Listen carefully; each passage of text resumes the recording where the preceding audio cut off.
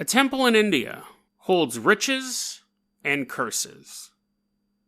Then are we on the cusp of a modern-day zombie outbreak? Seriously. You guys are like, nothing serious, but no, that's an interesting one.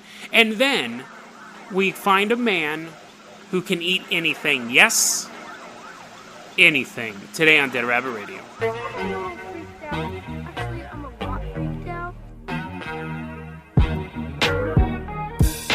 Hey everyone, welcome back to another episode of Dead Rabbit Radio. I'm your host, Jason Carpenter. I'm having a great day. I hope you're having a great day too. This is take 4. Spent the past hour here doing different takes. It's driving me nuts. Mondays are actually really hard to do because I've been out of practice for a while and I'm like, grrr. But so goes the world of podcasting. There is a guy on YouTube. Not a YouTuber as far as I know, but they're one of my listeners on YouTube. I love you to death, dude. Hey, you suggested that I do a story, and I thought, oh yeah, that'd be an interesting one, because I had a vague knowledge of it. But Pawn Raw, I know, I've seen you pop up on a couple different videos. I've seen you commenting on a few of my podcast videos on YouTube. And I know you listen to the show. So when you suggested this story, you knew the torment you were about to unleash on my audience. Because I have a hard time pronouncing cities in America. And Pawn Raw suggested a story that takes place in India. Now, the story is the Padmanabhaswamy Temple. Okay, I'm not even going to try that one again. The temple. And it is this, Pawn Raw, really, I love you, and thanks so much for listening, thanks so much for the suggestion. But there's this temple in India. There's this temple in India that there was always this legend that it was full of treasure. This is going to be a fairly short story. But there was always this rumor that there was this treasure in this temple. And back in, back in 2011, the government said, you know what, let's go through and find out actually what's in this temple. We should catalog it. Because it's been there since like 3 AD. And they're like, hey, you finally getting around to it, right? Let's do this. While they were snooping around the temple, they found 6 hidden doors that they never knew was there. And we'll get into that in a second, because that's an interesting thing. You find these 6 hidden doors, and they basically label them A through F. Now, I don't think they used the English letters, but it was basically just like, this is door A, this is door B, so C, so on, but in Indian letters. And so, they start opening the doors, and they find amazing riches. Gold, ancient gold coins, diamonds, gems, diamond necklaces encased in gold with gems. I don't know, just these amazing artifacts. And they're like, oh my God, we're rich. I mean, we're the government, so we're rich anyways, but we have this untold, unheard of fortune just laying in this temple. And they're opening the doors and they're like, oh, doo-doo-doo-doo, like just these sparkly gold nuggets hanging out. The gold coins are winking at him, and a little thumbs up, finally finding them. But door B can't be opened. Door B is sealed shut. Now, they were all technically sealed shut, and they were all hidden, but door B is impenetrable. And they've tried opening it several times. You know, like, I've jiggled the knob, whatever. They've tried seeing what's behind door B. But the problem is that door B has a legend behind it. Now, back in the 1930s, that region was super, super poor, and they were actually going there having like a starvation issue. Which, I mean, I guess is just starvation. That's the issue. They didn't have enough food. Now, this is what I thought was weird, because in 2011 they said, let's go see what's in this temple, but in the 1930s, they go, hey, we're pretty sure there's a bunch of winking gold coins in that temple. Let's go in there. And for whatever reason, the first door they tried to open was door B, and sorry, that didn't happen in 1930. That happened 100 years ago. So in 1900, the region was, something else happened in 1930. So in about 1900, the region's super poor and they're starving and everything like that. They go to open door B and they hear a curious sound on the other side of door B. A sound you shouldn't hear on this other side of any door in existence. That's the sound of the ocean. And they're like, let's not open this. Let's not go here. And they thought this door must lead to the Arabian Ocean, which actually I figured would be closer to Saudi Arabia, but apparently it's also close to India. They have big coastlines. But anyway, so they didn't. And then just a bunch of people starved. I don't know why they didn't try the other doors. Maybe they didn't know the other doors were there because they were so well hidden. In the 1930s, some burglars were like, hey, dude, sometimes when I'm walking by that temple, I hear the sound of coins winking at me. So they try to open door B, and a bunch of snakes jump out of the door and chase them off. Noxious snakes is the term. So a smelly snake. Or unless the word means something else that I don't know of. To this day, that door has never been opened. Door B has never been opened. And the legend is that only a cleric or a high-level saint can open it. So break out your Final Fantasy VII saves and see if you... I don't know if there are saints in that. But anyways, break out your role-playing game.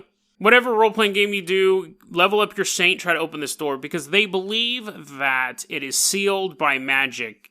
And unless the seal is broken, even though the door, they believe, can be opened with modern technology, i.e. dynamite, they think that opening the door without removing the magic will cause great catastrophe to the region. Like a giant the Arabian Ocean emptying into the middle of India. I think it's interesting because the door has the images of snakes on it, and it had images of something else I couldn't pronounce. Again, thanks, Ponral. And those images are associated in Indian mythology or Indian culture as being warning signs. I mentioned once before that there was a group of people who were trying to design a warning logo that could be interpreted 10 million years in the future. Because we want to bury all this nuclear waste in Nevada, but they don't want anyone stumbling across it, long after we're gone and opening the doors and irradiating the entire western half of the United States. So they go, what type of image can we come up with that millions of years from now people will not interpret as anything other than dangerous? A skull, a lot of times that represents religious. So if archaeologists in the future stumbled across a giant skull in the middle of the desert on a door, they may not necessarily equate that with death. For the most part, it hasn't been equated with death. For a long time in human history, skulls meant rebirth or religion. But they're saying that this is a warning, do not open this door. I think that's really interesting because who knows what's behind it? Is it more gold? Diamonds the size of an infant? Is it some magical portal to somewhere else? Is it a super weapon that was hidden there? Or is it just an empty room? We don't know. And it's funny because the Indian government is in no hurry to figure it out. So that is the story of the temple I can't pronounce. Indiana Jones and the temple I can't pronounce. What's so funny is, as intriguing as the story is, it delves a lot into Indian mythology, and I just can't pronounce the words. And I'm not going to put you through that. So we're leaving India. We'll probably be back to India at some point, because they do have a lot of cool mythology. It's just, it's the language barrier. I just can't pronounce that stuff. And I don't like to give foreign places nicknames like Padmanabhaswamy Castle. We'll just call it Patty. I don't like to do that. But anyways, so we're off. Now, we're going from India and the legends involving that to Africa, modern day Africa. Now we're in the Congo. Now this is an interesting story because this just popped up in the news. They're having an Ebola outbreak again. It's not just any Ebola outbreak. This is the second biggest Ebola outbreak in history. Now, they've had them, and it's been fairly restricted to villages. And they go, okay, and that's not a good thing. Not yay, just villages. But it could have been a lot worse. And the problem is that we might be there now. Because they have this city, it's called Butembo in the Congo, and it has it's a city. It has a population of over 1 million people. And Ebola has not hit a major city yet. And we're starting to see outbreaks in the suburbs and in outlying communities. Ebola, if you don't know, is incredibly contagious and has a kill rate between 50% and 90%. It can be transmitted through a drop of sweat or blood. So people riding on the subway that are sweaty, you just want to stay away from them anyways, but they're shaking their head like a dog. It's flying everywhere. It's like Beethoven, but Ebola infected. And it can take up to 9 days before you start to become symptomatic. So you can have it and spread it and not know it. And then you start pooping out blood. Basically, you liquefy from the inside out. That's what ends up killing you. You'll start to get some people get rashes, some people get bloodshot eyes. Some people, it starts off with confusion and things like that, but the end result that will kill you is massive blood loss. Your organs liquefy, and then you throw up and you poop out blood until you die. It's very brutal. I've seen some photos of people dying from it. They're alive. I saw a photo of a guy sitting in the middle of a street and just blood all on the ground underneath his butt. He's laying down. He's sitting. But you just see a puddle of blood because he's pooping out blood and he's reaching out for help. And everyone else in the photo has given him like a 10-foot radius because he's dead. There's nothing you can do. And part of the problem is not only is Ebola highly contagious, but the burial rituals in the Congo and in other regions of this area, they require the people to clean the body, to wash the bodies off. And if they're a very famous person, sometimes you'll lay on the body and be like, oh yeah, Elvis, such great music, let me lay on your body, which gives you Ebola. And then you die, and then your loved ones wash your body, clean your body, things like that. I read an interesting article where the person says, imagine having a millennial-old tradition, and all of a sudden, a couple guys show up in hazmat suits and say, just throw it in a bag and burn it. And that's the problem they're having over in these regions. They've been having these burial practices for hundreds of years, and now people are showing up in pretty much spacesuits saying, no, can't say goodbye. Just throw it in a bag. That's it. Can't touch it. Now it's hitting a city. Like I said, it's on the outskirts. It hasn't gotten to the main part of town, but it seems like it's only a matter of time. And here's the problem. Merck, the group that makes the Ebola, it's an experimental Ebola vaccine, so they're not entirely for sure that it works. They're pretty sure that it works. They give it to people, and it seems to work. But they've only dealt with basic, quote-unquote, minor outbreaks. The biggest outbreak was around 11,000 people. So they go, okay, well, let's stockpile 300,000 doses of this vaccine. It takes months to prepare. But they go 300,000, that's a good starting point. But with over 1 million people in the city, it's not even half that can be vaccinated from this. You could have a city full of skyscrapers and restaurants and coffee shops and skate parks awash in blood by next summer. It would be like a zombie movie. And the weirdest part about this vaccine, and they don't know what they're going to do. Merck has said, we don't know if we can have enough vaccines ready to go. And another thing with this outbreak is people are coming down with Ebola and they don't know where they got it from. Normally, you would have, one person go, well, yeah, I was holding hands with that dude, and that's how I got Ebola. But now people are showing up, and they're like, well, do you know anyone who died of Ebola? And they're like, no, I don't know anyone who died of Ebola. So it may already getting spread in that droplet form. All it takes, too, this was the big controversy a couple of years ago, is it takes 9 days someone get on a plane and go to another country, but they don't have enough vaccines to inoculate an entire city. They don't know how some people are catching it, which is very worrying. But the vaccine, I remember reading about this a couple years ago, the vaccine itself. So Merck is a company, and a company's goal is to make profit. Companies tend to have secondary goals. Walmart's goal is to make profit. And Sam Walton's goal, at least, you can argue whether or not Walmart's still about it, but Sam Walton's goal was to give customers low-price items. That was, he wanted to make money and keep the company going, but his secondary goal was to allow people to buy stuff at the lowest price possible. That's an admirable goal. Merck, their main goal is to make money, and their secondary goal is to help people. But when you come, and most corporations are like that. Amazon's like, hey, we want you to have access to all the entertainment you want to, but, our main goal is to make money. A little capitalism side note there. Merck said, listen, we can make this Ebola vaccine, but the truth of the matter is that Ebola is quite rare. So the amount of money that we put into making this vaccine, we have to recoup. Not just the research and development, but producing the actual physical vaccine itself. It's quite rare. It'll take us forever to recoup a profit from making this.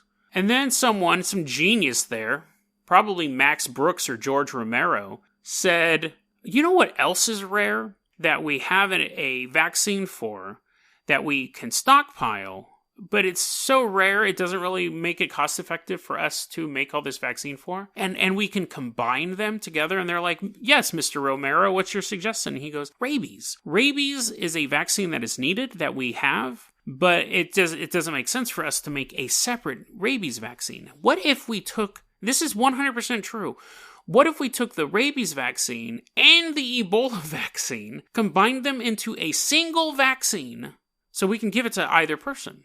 People are like, yay, clapping, having no... You ever wonder why people in zombie movies act like they've never seen a zombie movie? Because people in our planet act like they've never seen a zombie movie. Why would you invent something? Because remember, a vaccine tends to have a element of the disease in the vaccine. That might not hold true across all vaccines, but like the flu vaccine, they're like, oh yeah, it has a little bit of the flu vaccine. You might get sick, you might find a little... You're gonna give me rabies if I have Ebola? Or if I have rabies, you're gonna inject me with something that has Ebola in it? You've basically created a crazy, blood-spewing monster who's just going to run around spitting blood at everybody and doesn't care because he has rabies. Why would you combine those two? Why don't you combine Ebola and, antidepressant medicine or something that makes you sleepy? Anything else? I guess people who have depression don't want to be injected full of Ebola, but those are the two... That's like at the beginning of I Am Legend, the movie. They invent the cure for cancer and it turns everyone into a vampire. I don't know if I would take that vaccine. And I don't know if I would hang out with anybody who took that vaccine. Because again, you've now created a crazy, 28 days later, rage-infected monster. No! Put something else in that vaccine, Merrick. But 300,000 doses of that rabies/Ebola vaccine is on its way to a major city in Africa.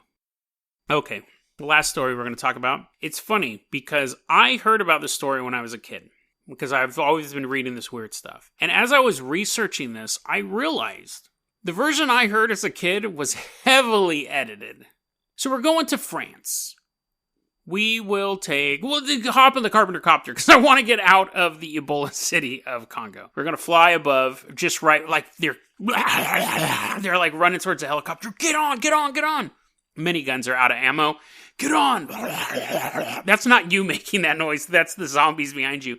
You hop into the helicopter. It's so funny. I get accused of racism all the time for this podcast. This isn't helping. But anyways, they're chasing us down. Jump in the helicopter. They're forming like a human pyramid to try to get us.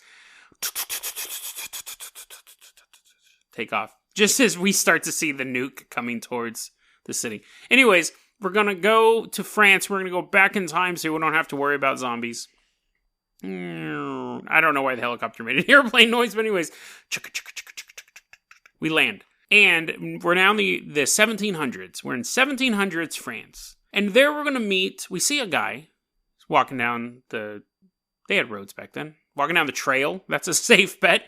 He's walking down a place where there's no grass in a straight line. And his name is Tarrare.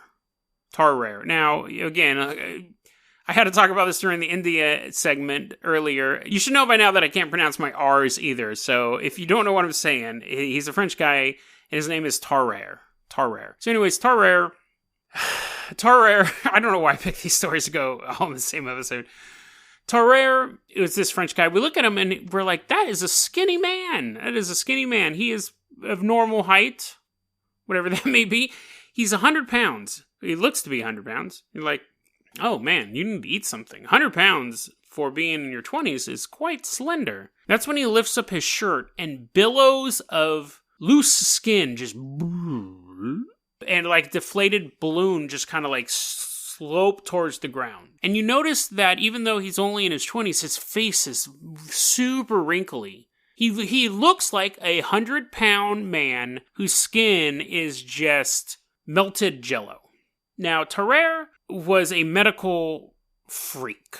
There's a few other people who have this condition, but Tarrare is the most notable. When he was a kid, his appetite was insatiable. He couldn't stop eating. And eventually, not literally, but he ate them out of house and home. He didn't eat the house. He wasn't like, you know what? Actually, he would have. We'll get to that in a second. He actually would have given the chance. And so his parents kicked him out because they're like, we saw you eyeing the floorboards. They kick him out because they couldn't afford to keep him. And he ends up joining like a bunch of circus freaks. And his show was, let me eat whatever you got in your pockets. Hey, you, what do you have in your pockets? And he's like, I don't know, like a couple shillings. And he's like, well, that's weird. This is France. You should have francs. And he's like, oh, yeah, that's what I meant, francs. So he'd eat the francs. And he goes, what do you have? And the person's like, I have this potted plant in my purse. And he's like, give it to me. He'd eat it. Now, his jaw didn't distend and he ate a whole pot, but he would eat cats. He'd be like, hey, cat lady, can I borrow one of those? And she's like, sure. Are you going to pet it? And he's like, pet it from the inside. He'd rip its stomach open and eat the guts, and then he would eat everything but the bones, and then he'd throw up the fur and the skin. And then at that point, everyone would kind of just applaud. At one point, he was doing this act and he got an obstruction in his stomach and the other circus performers had to take him to the doctor. And the doctor was like fixing him up. And he goes, hey, I do this act. This is a true story. He goes, I do this act where I can eat anything. And the doctor's like, really? He's like, hey, let me eat your gold watch. He couldn't stop eating stuff. And the doctor said, if you ate my watch, I'm going to cut you open and get it out. To which I imagine Tarrare like grabbed the collar of his shirt and went, gulp. But anyways, he couldn't stop eating stuff. Eventually, he joined the military, which, considering that life is so regimented, it seemed like a bizarre choice, but maybe just doing his civic duty. And he would eat all of his rations, and then he would do chores around the camp to eat other people's rations. And then he started eating food out of the garbage, and that's nothing compared to what's coming. Started eating food out of the garbage. And the army was like, dude, seriously. And when he'd eat, like all of his loose skin would inflate like a balloon. He could actually fill his body up with food, and then as it would dissolve, his skin would get super loose again. And finally, there was this dude at the camp, commander, and he goes, this guy's driving me nuts, but I have a plan. I'm going to make him swallow little like wooden boxes with battle plans on them, and then he'll just walk across enemy lines, and no one will notice him, because he just looks like a normal dude, and then he'll poop out the plans to somebody else. And so they do a test. They give him a little wooden box and put a piece of paper in it, and he swallows it, and then a couple days later, he poops it out, or a couple hours later, whatever. He poops it out, and the box was fine, and they're like, oh, this plan's going to work. Now, let me tell you a little bit more about Tarrare. This was his description. He had an abnormally wide mouth and near invisible lips. Now, I don't think that meant they were like the Invisible Woman that you could see through. I think they just meant that he had super, super thin lips. Like I said, his face was super wrinkly, his skin hung super low. His skin, like if you touched him, it was hot. He was hot to the touch. It's probably a big part of his metabolism. And he was described, this is a quote, he stunk to such a degree that he could not be endured within the distance of 20 paces. So just a super stink bag. You didn't want to be near him. And that was normal. When he ate, he smelled worse. He had constant diarrhea, and that gives a new angle to the story of them like waiting around for him to poop out the box, and then it's all just like a huge puddle, and they're like, okay, let's get a private in here to dig through this stuff, because I'm not. He had chronic diarrhea, and it was, and again, quote, fetid beyond all conception. So they should have had a poet in the room, because you hear that phrase, they should send a poet to space. They should have had a poet.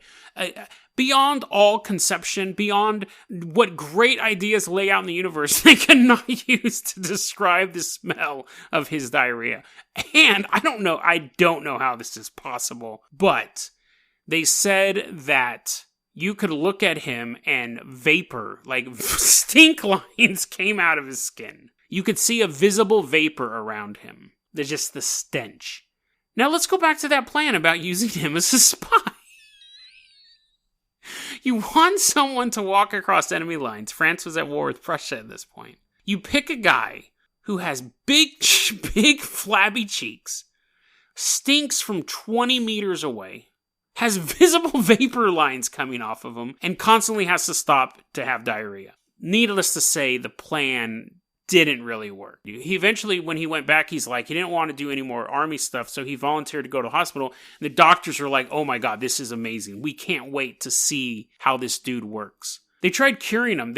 One of the cures was soft-boiled eggs. Let's give him as many soft-boiled eggs as we can. And he's like, go. Didn't work out too well. One of the things was they had a meal spread, a table spread for 15 laborers who were working in the hospital at that time. So they had all this food laid out, and they go, the doctors are like, I wonder what will happen if we give him food that is set aside for 15 able-bodied men. He ate it all. He complained about hunger all the time. If he wasn't eating, he was constantly exhausted. So it wasn't just like this circus freak, let me swallow anything. He was constantly hungry. He had to eat. That's why he was digging through the garbage. So they saw him eat all that food, and they're like, okay, enough fun, guys. Let's go back to trying to cure him. And they would put him on these regulated diets. But the problem is that he wouldn't stick to them. He would break out of the hospital or just walk out of the hospital at night. And there was a butcher shop that, they throw all their scraps in the dump and the garbage behind the butcher shop. I'm imagining it's like Lady and the Tramp. There's just a bunch of spaghetti back there. He would go through that, but so would stray dogs. So he had to fight stray dogs for food every night just to get some extra food. In this hospital, because we're in the 1700s, bloodletting was a thing. They had a bloodletting ward. You're sick. Let's take as much blood out of you as possible. That might cure you. He would drink their blood. He would go in there and he'd be like, glop, glop, glop. And you can imagine like a nurse was walking through the hospital and saw like a silhouette crouched over with like a hose in his mouth. And she's like, Tarrare, what are you doing out of your room? And he's like, gulp. And then they caught him, no joke, because imagine having a hunger that's on the level of a heroin addiction. Like you have to eat. You have to eat. They caught him in the morgue trying to eat corpses. And they're like, Tarrare. No, at that point, they were really concerned about. So the end of his hospital stay, the end of all the experiments ends like this. Tarrare's in the hospital. And he's probably sitting there and he has like an odd-shaped lump in his stomach. I don't know if that's true. But okay, let me try to stick to the fact. The fact of the story is... The fact of the story is Tarrare is in the hospital. And it was a fully functional hospital. So they had like the bloodletting ward and the morgue and other stuff going on there, including a maternity ward. Oh, wait, this baby wouldn't be there because this baby was 14 months old. But they did have a maternity ward. So, not the maternity ward because this baby's too old. This baby's graduated. The baby's there for some checkup. French measles. They want to make sure the baby doesn't have French measles. So... But one day the mom's like, here, baby, 14-month-old baby, I'm going to set you down on this chair while I read this old-timey wood carving magazine. So she's like getting splinters reading this wood carving magazine. And she turns back, baby's gone. Baby's gone. Now, I don't know if that exact sequence of events happened either. The point is that Tarrare was in a hospital and a 14-month-old baby went completely missing. They never, ever found the kid.